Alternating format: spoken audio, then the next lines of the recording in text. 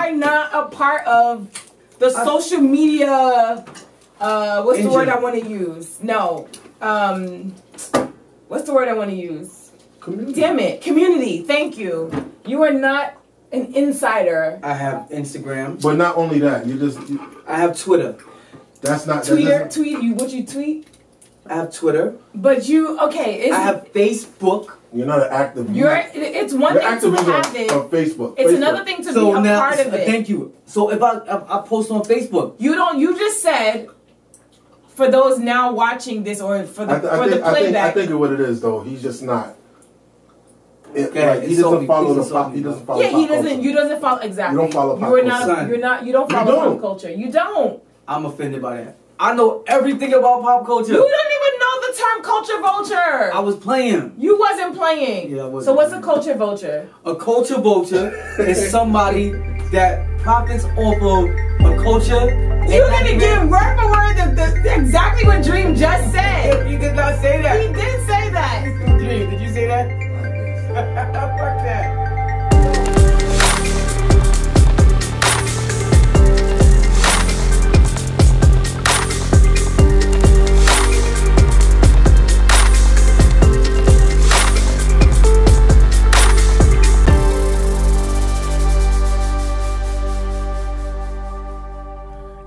All right, so this is the verdict.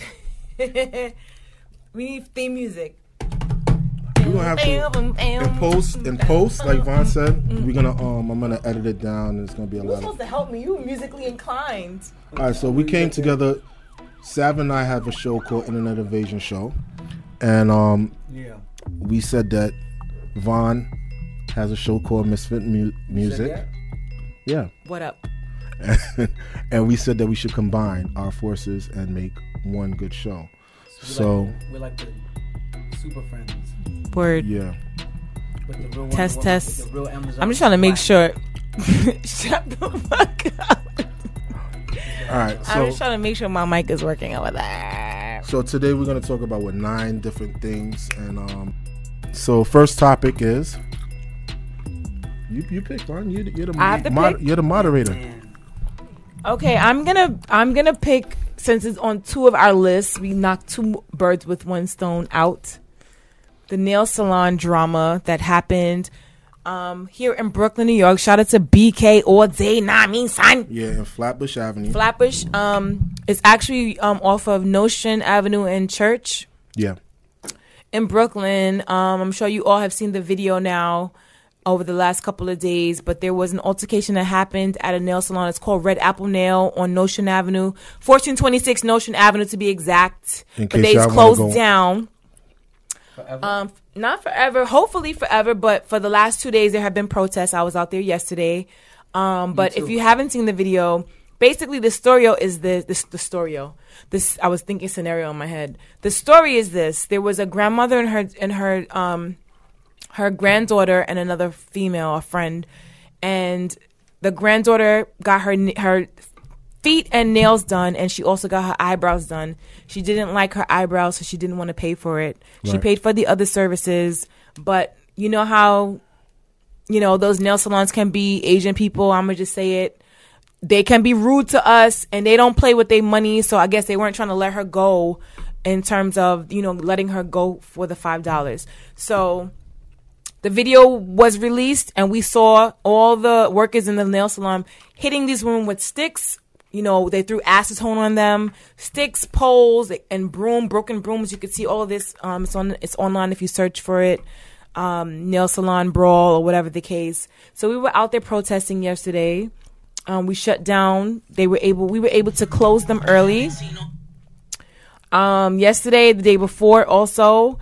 And I think the protests are going to keep going on. So it's on my list and it's on yours, Jones. We also marched down from the nail salon where it happened to their other nail salon that they own about 6 blocks down. And we also shut down that one down.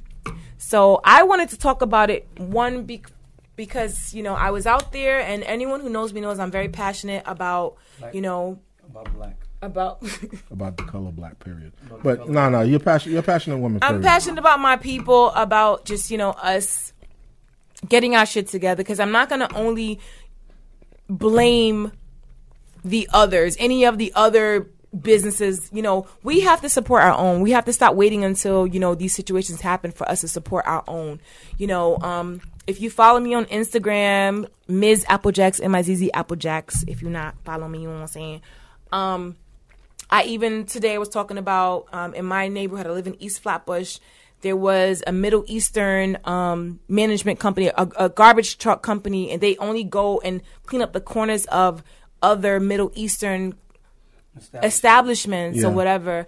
And that's group economics. That's what you call taking care of your own. But whenever we as Black people talk about these things, it's like we get bashed for that.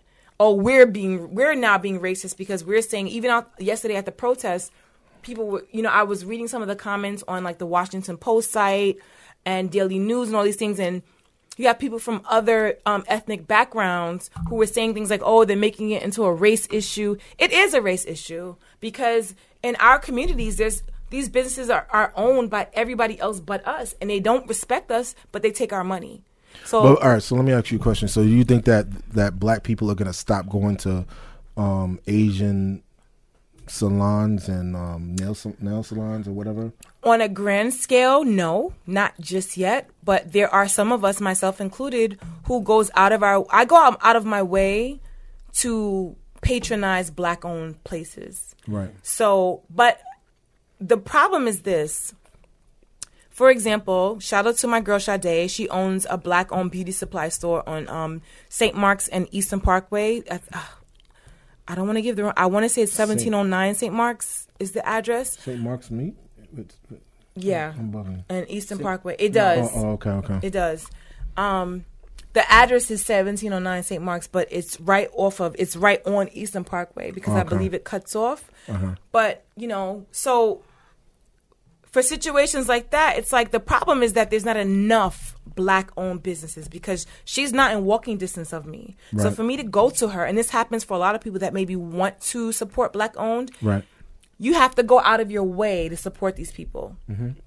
And most people are not going to do that. If there were more of us in our own communities, even if we're not everywhere else, but if there's a predominantly Black community, there should be predominantly Black-owned businesses there for us to support.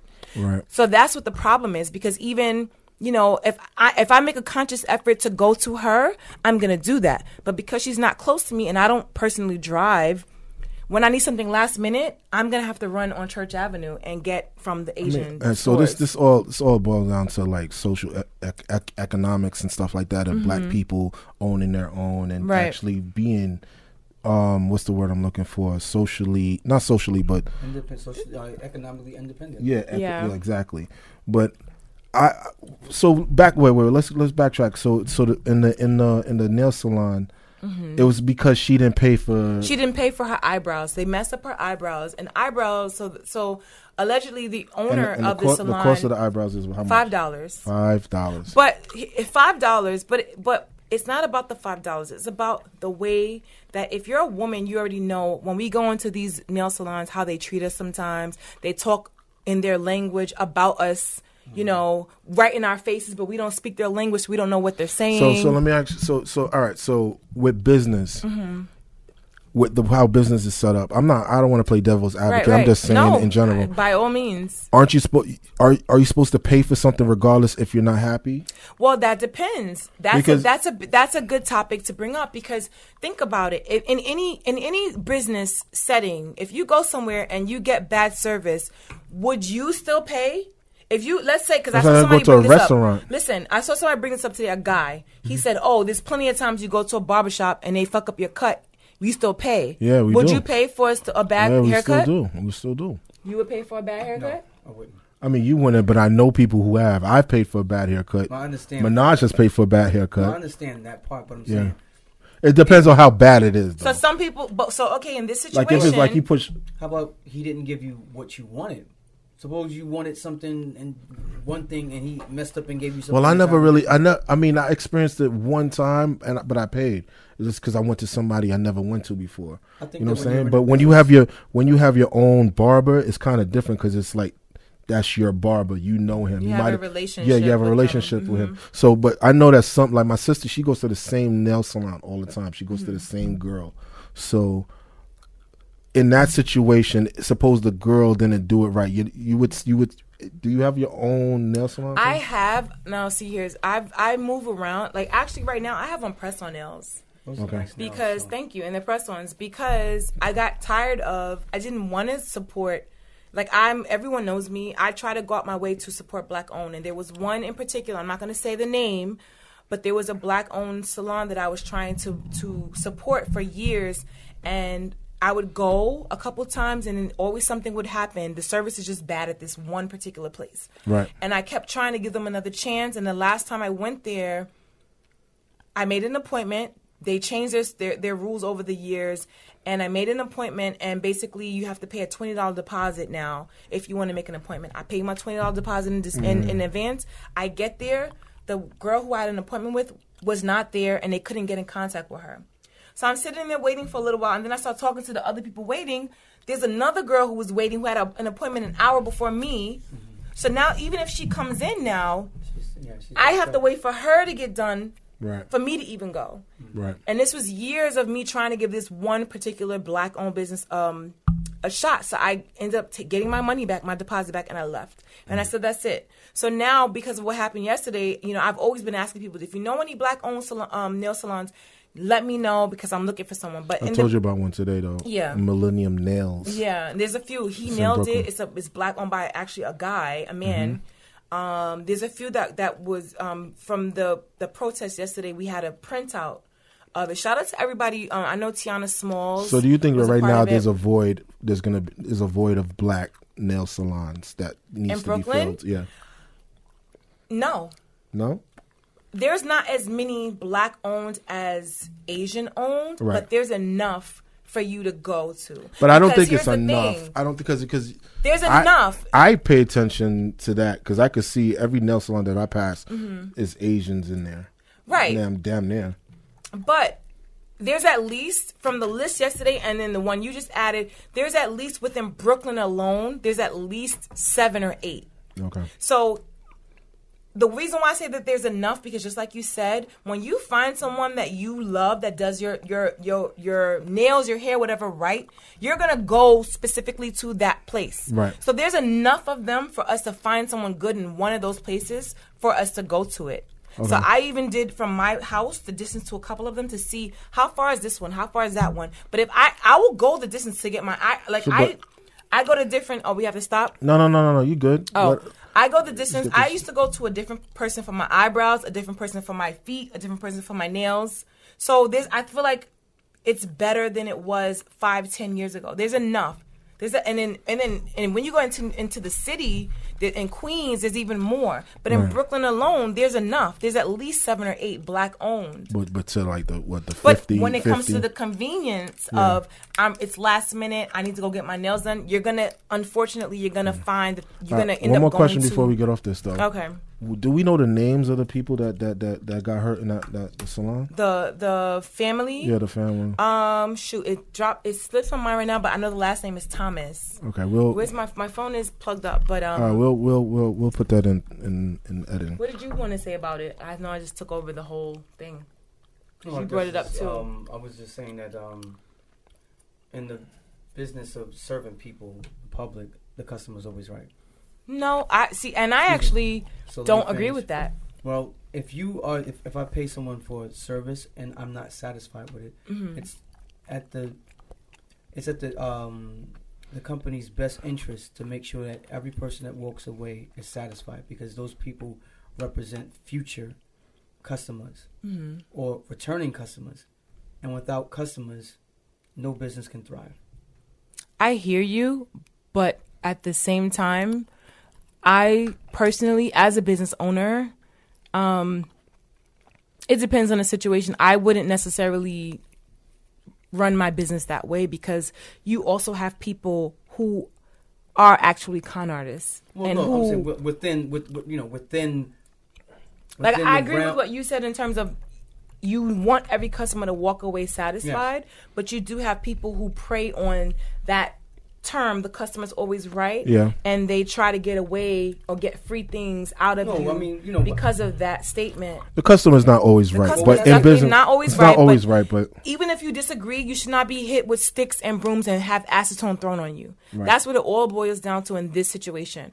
Even if, you know, and then the news dropped, they released the full extended video, and the Asian workers were the aggressors. From the before the violence actually started, the two women were in the corner. They had them cornered, and the woman had a broom ready to fight. And then the pushing, shoving started, and they instantly just started all hitting and attacking them, and they threw acetone. crazy. So I wish I was there, yo, like that. I just like. they better be glad I wasn't. well, man, That shit would have ended a lot different. Honestly, there was a chair right I'm there. Get my eyebrows done next week, and I'm gonna pull that same shit. I wish a motherfucker pull a broom on me. nah, but shout out to the Thomas family, and Yeah. it's crazy. All right, so next All right. topic.